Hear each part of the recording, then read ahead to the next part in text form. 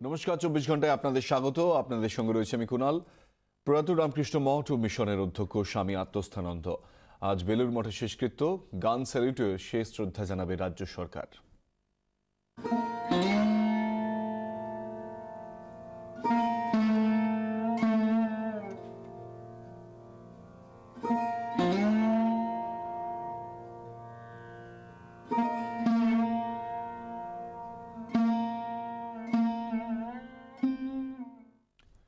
প্রয়াত রামকৃষ্ণ মঠ ও মিশনের প্রেসিডেন্ট স্বামী আত্মস্থানন্দ বয়স হয়েছিল ৯৮ বছর। ২০১৫ থেকে ভুগছিলেন বার্ধক্যজনিত সমস্যায়। বুধবার নতুন করে স্টেন বসানো হয়। তারপর থেকেই পরিস্থিতি খারাপ হতে শুরু করে। রবিবার বিকেলে হার মানল চিকিৎসকদের সব চেষ্টা এবং আজ বেলুর মঠে শেষকৃত্য সম্পন্ন হবে। তার আগে শ্রদ্ধা জ্ঞাপনের জন্য শায়িত রাখা হবে দেহ। রাজ্য সরকারের পক্ষ থেকে গান স্যালিউট দিয়ে শেষ শ্রদ্ধা জানানো হবে এবং শ্রদ্ধা জানাবেন রাজ্য সরকার। এই মুহূর্তের ঠিক বেলুর মঠের কি পরিস্থিতি সকাল থেকে আমরা জানবো। আমাদের প্রতিনিধি প্রীতম দে আমাদের সঙ্গে রয়েছেন সরাসরি বেলুর মঠ চত্বর থেকে। প্রীতম, গতকাল এই খবর আসার পর থেকে স্বাভাবিকভাবেই ভক্তদের মধ্যে যে এই মুহূর্তে একটা যে দীর্ঘ স্মৃতি রয়েছে এবং পাশাপাশি একটা শোকের ছায়া রয়েছে, সব মিলিয়ে বেলুর মঠের কি পরিস্থিতি?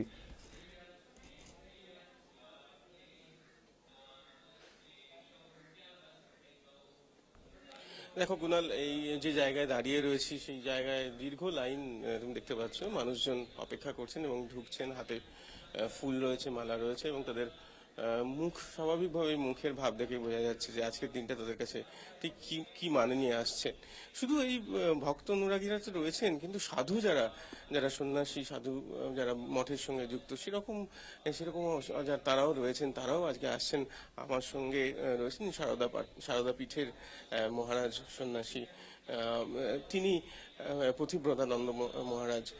তিনি কিন্তু যেটা বলছেন যে প্রেসিডেন্ট মহারাজকে দেখেছেন, দেখে প্রথমে ভয় করতো, কিন্তু তারপরে যখন মিশেছেন তখন বুঝেছেন।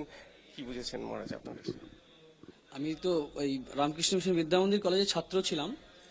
তো যখন আসতাম ভয়ই লাগতো, ফাটা যেতামই না। পরে রামকৃষ্ণ মিশনে যোগ দিয়ে আমি 2001-এ যোগ দেওয়ার পর মহারাজের ওখানে আমাদের রেগুলার প্রণাম ছিল। সেই প্রণামে আমরা যেতাম। কিন্তু মাঝে মাঝে খুব রসিকতা করতেন, খুব মজা করতেন। ভক্তরা মিষ্টি ফল পাঠালে উনি আমাদের ছোট ছোট ব্রহ্মচারীদের নতুন যারা আসছে তাদেরকে পাঠিয়ে দিতেন, এই যাও আজকে আছে, এরকম বলতেন। বলতে ভালো করে ভলি খেলবে।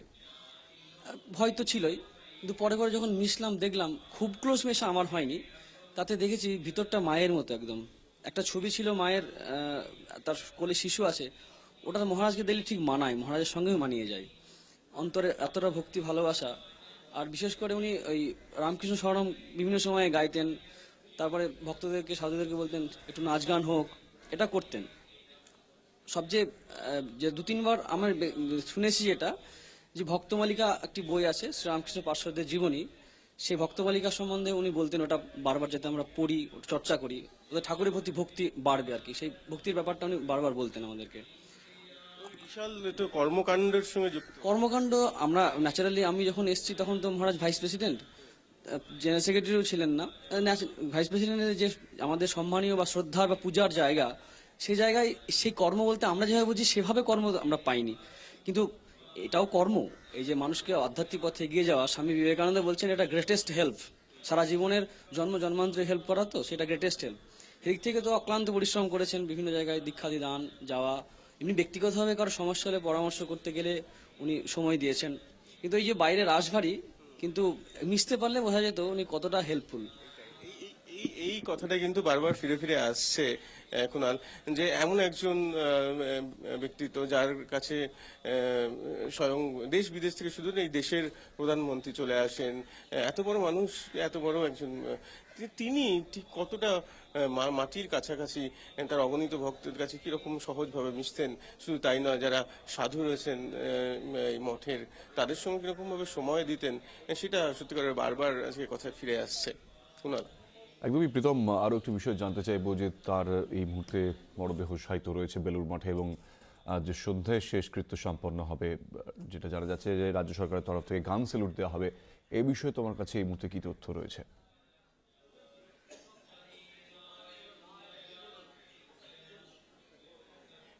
দেখো কুণাল, আমরা যেরকমটা জানতে পেরেছি, যেটা হয় সেটা সারাদিন এই জায়গায় তার যে নশ্বর দেহ সেটা শায়িত থাকবে। তারপরে যখন আস্তে আস্তে শেষ সময় যখন আসবে, যখন শেষ ক্রিয়ার সময় আসবে, তখন তাকে নিয়ে যাওয়া হবে পুরনো মঠের, এবং তারপরে আস্তে আস্তে শ্রীরামকৃষ্ণ মন্দিরে, সেখান থেকে এক একটি মন্দির, মায়ের মন্দির, তারপরে স্বামীজির মন্দির, আস্তে আস্তে যে জায়গায় যে যে একেবারে যে জায়গায় শেষ ক্রিয়া হয়, সে গঙ্গার ধারে, সেখানে নিয়ে আসা হবে এবং 9:30টার সময় তার যে শেষ কাজ সেটা সম্পন্ন হবে।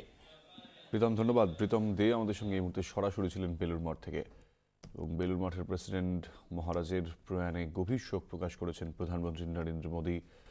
তিনি টুইটে যা লিখেছেন যে সন্ন্যাসীর স্মৃতিচারণে মোদী লিখেছেন, স্বামী আত্মস্থানন্দের প্রয়াণ তার ব্যক্তিগত ক্ষতি, জীবনের এক গুরুত্বপূর্ণ অধ্যায়। তিনি স্বামীজির সঙ্গে থেকেছেন, যখনই কলকাতায় এসেছেন তখনই আশীর্বাদ দিয়েছেন। গভীর জ্ঞান আর প্রজ্ঞায় সমৃদ্ধ ছিলেন স্বামীজি। প্রজন্মের পর প্রজন্ম তার আদর্শময় জীবন মনে রাখবে।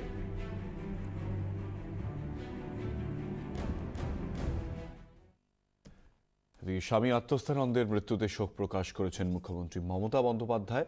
রামকৃষ্ণ মঠ ও মিশনের অধ্যক্ষ ধর্ম ও সমাজ সেবায় অসামান্য অনুদান রেখে গেছেন। টুইটে লিখেছেন মুখ্যমন্ত্রী, তার মতে স্বামী আত্মস্থানন্দের মৃত্যু মানব জাতির কাছে অপূরণীয় ক্ষতি।